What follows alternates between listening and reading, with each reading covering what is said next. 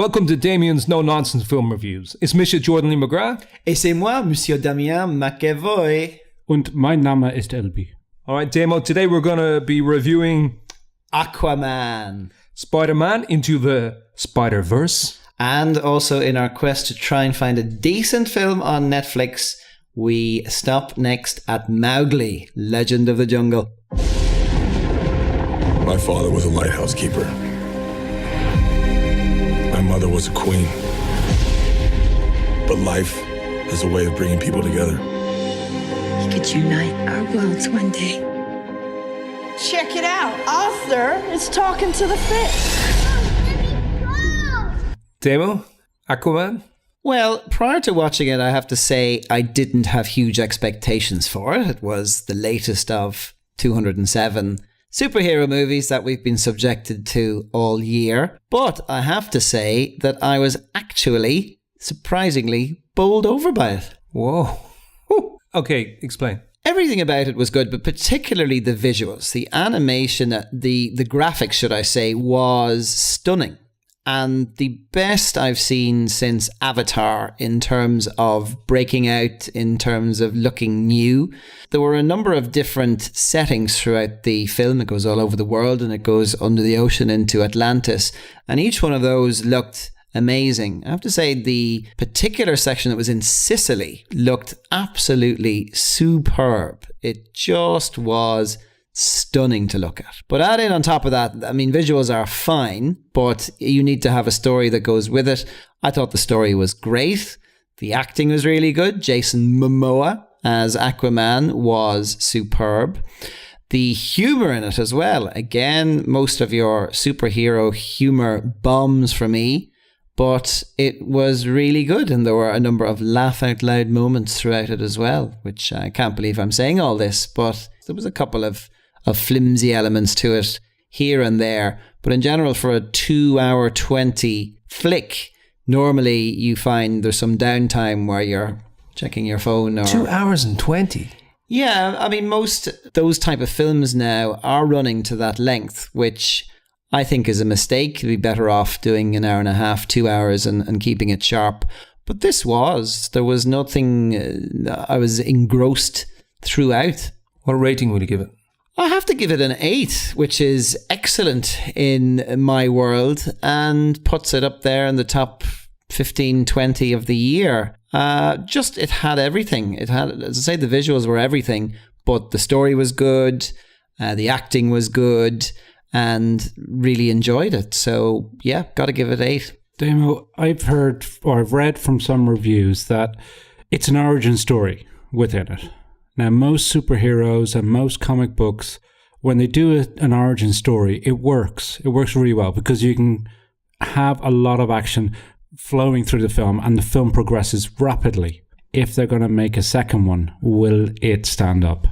And probably not. You're absolutely right. And that's the thing, is that if only they would just stop it at that and say, wonderful, but no, the commercial temptation, of course, is too great.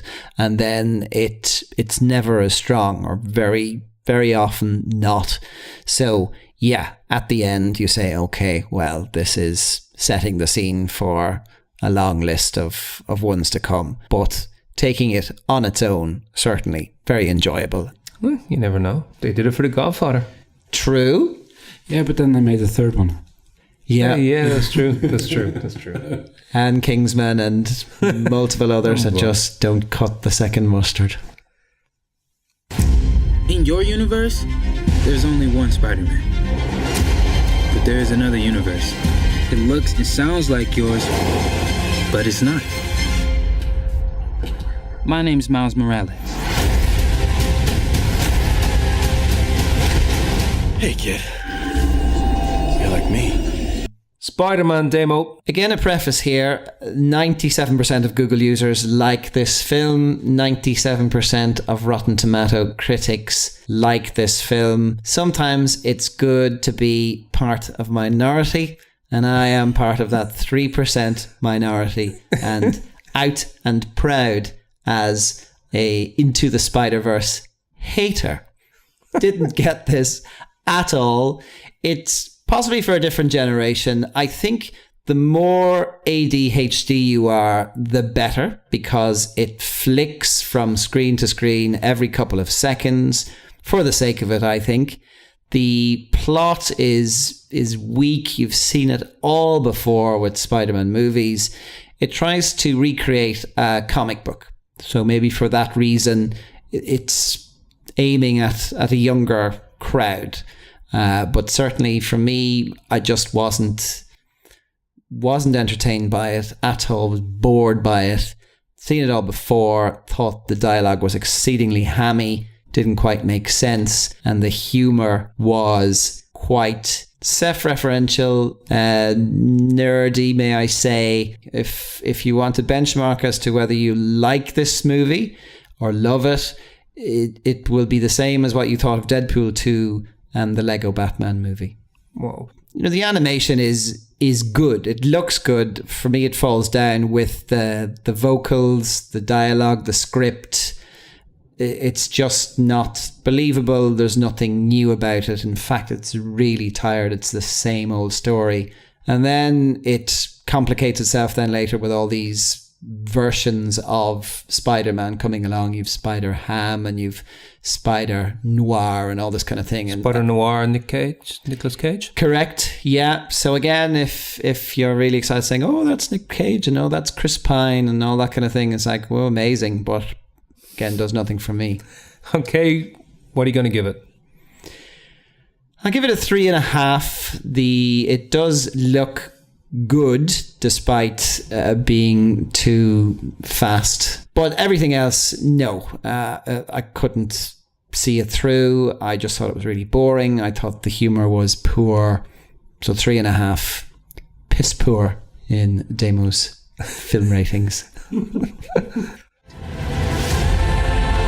The jungle is changing. Man is taking more of it. And the boy may just be our only hope of survival. We're afraid of what man might do to us. The pack needs you, Mowgli.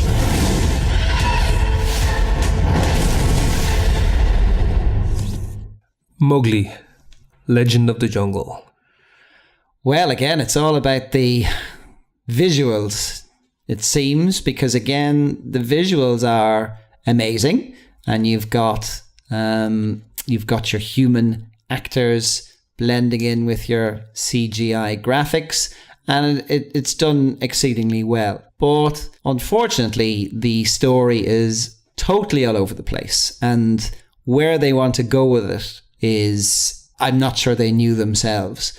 To the point where in the middle of the film was this really dark, sinister torture scene where Mowgli is tortured by Shere Khan, the ferocious, and he puts his razor-sharp claws right down his body, kind of from head all along the side of his body, and you see the visceral, gory result of that. It's really dark and it's really disturbing, and it instantly takes out a huge swathe of demographic who can watch this, because you wouldn't subject anyone under the age of 10 at least to that particular scene. That is weird. That is just totally weird. Why would they do that? The movie's known for its songs. Exactly. Are you telling me there was no songs? No. There were none that I can recall. And there was villager scenes, and there was lots of racing amongst the animals and lots of battles. But no, it wasn't. The bare necessities of music were not there at all. It's a Warner Brother movie that was supposed to be released in the theaters, but all of a sudden then it gets moved to Netflix. I didn't know that, but that makes absolute perfect sense, because Warner Movies may well have been scared by being associated with this very dark production. What rating will you give it? I'd give it 3.5. The story was all over the place, and you didn't know what they were trying to establish, and it was all about the visuals, which were good, I have to say, but you need more than that to hold your attention and to actually enjoy a film. So can't give it the pass grade. 3.5. Okay, well, let's do a quick summary. Aquaman. Excellent. 8 out of 10. Really enjoyed it. Standout visuals. The best visuals I've seen since Avatar in terms of being groundbreaking. But also with it is a good story, gripping for 2 hours and 20 minutes, very good acting, and some humour as well, which actually hits the spot. So, really good. Excellent. Spider-Man, Into the Spider-Verse. Not for me. I'm one of the 3% who do not like it, and I just didn't like it because the script was really poor. The story, I'd seen it all before. I didn't get the humour at all. And also, there seemed to be an obsession with recreating a comic book on screen, and I didn't get that either. Okay. Mowgli. Again, visuals very strong indeed, but that's it. The actual storyline is all over the place, and there is an awful scene in the middle of it that mean families can't watch it at all, and it doesn't fit in well with it. So a complete mishmash, poor hodgepodge, not for me either. Wow. Well, thank God for Aquaman. We've got an excellent and 2 piss poor. That's right, yeah. So, you know what Meatloaf says, 1 out of 3 ain't bad. Well done. Well done. Okay, cut.